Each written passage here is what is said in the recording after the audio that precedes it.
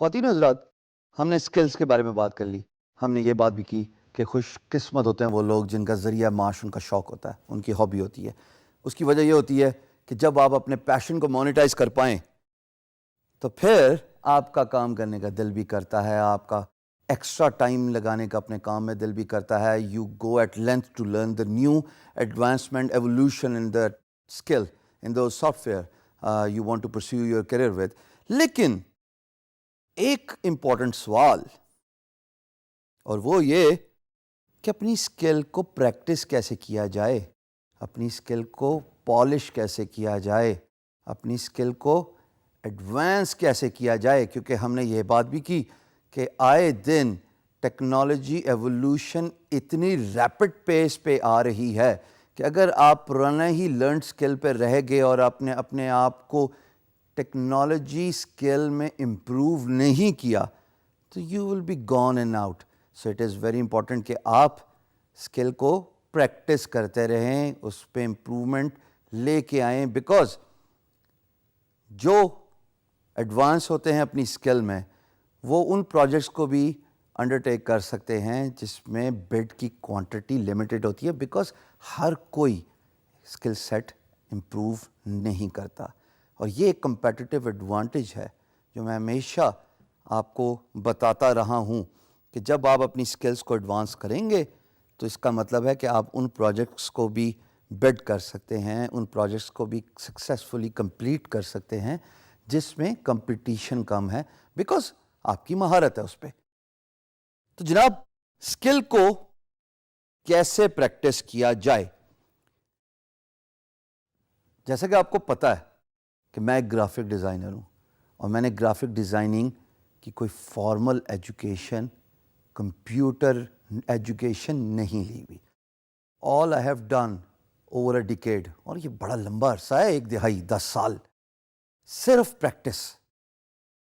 پہلے پیپر سکیچز، اس کے بعد پیپر سکیچز میں رنگ بھرنا، اس کے بعد کمپیوٹر ٹیبلٹ کا استعمال، اور پھر ایڈوب فوٹو شاپ کا وہ لیول تک مہارت حاصل کرنا by watching YouTube tutorials, by taking lot of courses paid and free, تاکہ میں نئی اسکل سیکھ سکوں. تبھی جا کے مہارت آتی ہے اور آپ ایسے ایسے پروجیکٹس پہ بڈ کر سکتے ہیں جو سننے میں ہی اتنے مشکل لگیں، کرنے میں تو بہت دور کی بات. لیکن ہمیشہ یاد رکھیے گا، جہاں مشکل پروجیکٹ پوسٹ ہوا اس کے ساتھ پرائس بھی اچھی ہوتی ہے.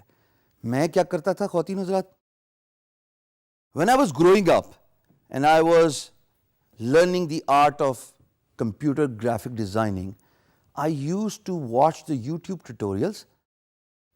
ٹیٹوریلز کے بعد میں اس پرٹیکولر آرٹ ورک کو پریکٹس کرتا تھا، چاہے مجھے 2 گھنٹے لگیں، چاہے مجھے 6 گھنٹے لگیں.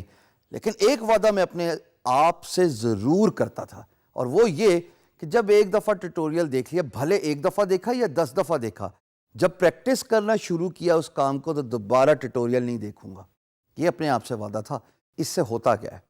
اس سے یہ ہوتا ہے کہ آپ کی لرننگ اسکل جو کہ آپ کے مائنڈ سے اسٹرینتھن ہوتی ہے خواتین حضرات، وہ ڈیولپ ہونا شروع ہو جاتی ہے.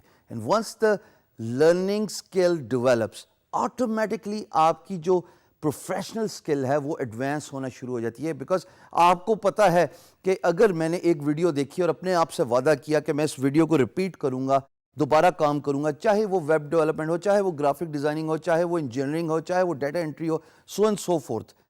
لیکن جب میں پریکٹس کر رہا ہوں گا اور اگر میں کوئی پوائنٹ مس کر گیا تو there is no way I can go back to the video before 12 اور 24 آورس. یہ اپنے آپ سے وعدہ ہے.